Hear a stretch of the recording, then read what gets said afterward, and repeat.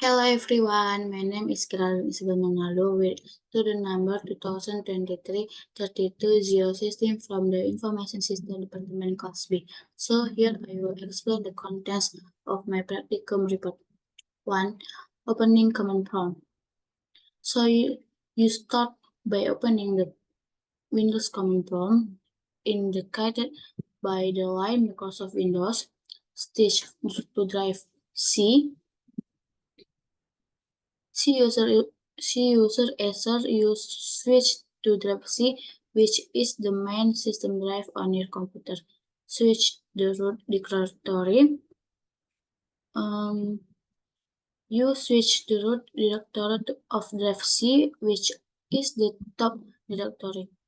For displaying the directory contents, you use the dir command to display a list of the contents of the surround directory. Root directory. This shows the folders present in drive C. From switch program files directory, you switch the program file directory OneDrive C, which usually contains the program installed on your computer. Yes. 6. Display the contents of the program file directory. You use the dir command again to display a list of the contents of the program files directory. 7. Switch the progress SQL directory. Ini. You switch to the progress SQL directory inside program files, which is the PostgreSQL installation location on your computer.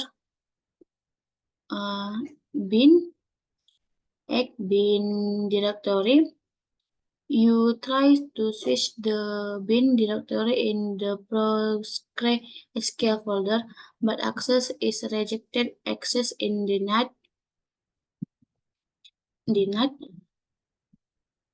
This is probably because you don't have enough access right to access the folder. Display of content the program SQL directory.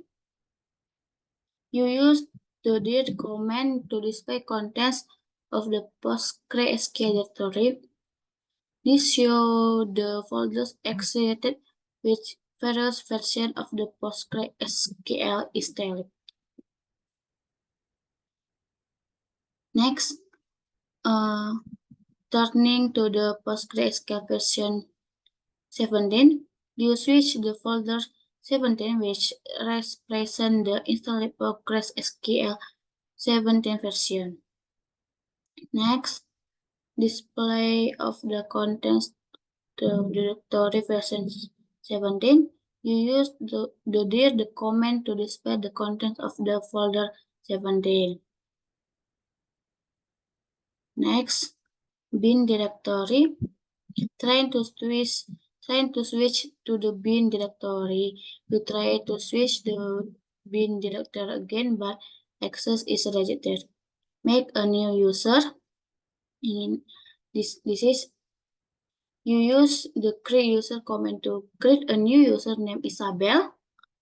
The Postgres option shows that you use the Postgres user to create a new user. The option P is asking for a password for a new user.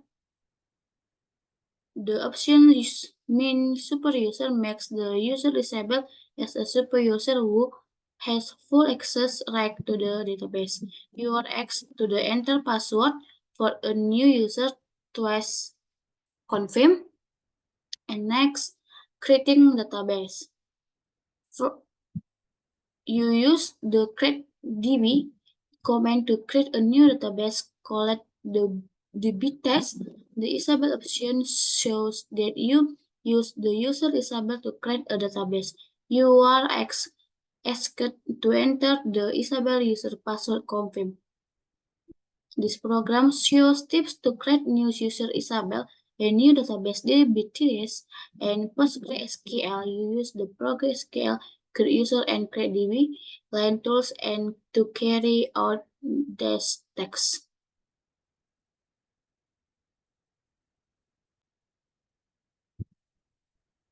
Okay, next one, the connecting the PostgreSQL server. You connect to the PostgreSQL server location and the local computer localhost. Report 1, you select the database report 1 which resides within the PostgreSQL. You use default PostgreSQL port for the connection. You use the user Isabel to log into the database.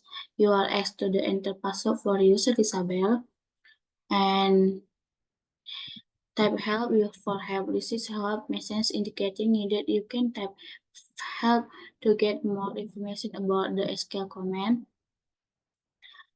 You use command to display the list for tables that exist in the report 1 database, and so no table has been created. The result is didn't find any relationship.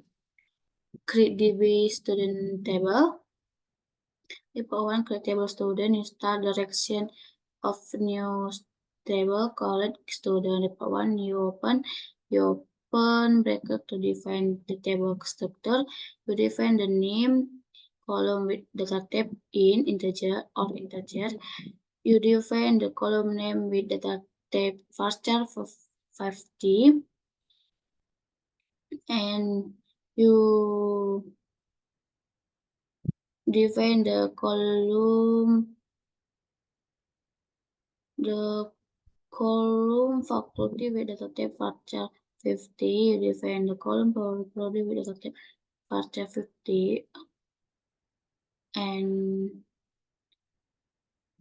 you define a constraint name student underscore pk that says the name column as the primary key. This means that the name NEM value must be unique and cannot be null. You close the brackets to end the table definition. The create table command was successfully and the student table was created. Displaying the tables again. The command again to display a list of tables. This time a student table has been added to the list. Create table course kuliah. You start creating a new table called subject kuliah. You open brackets to define the table structure. MK kuliah in. You define the column MK with data type in. You define the column MK name with data type varchar 100. You define the column SKS with data type in. You define a constant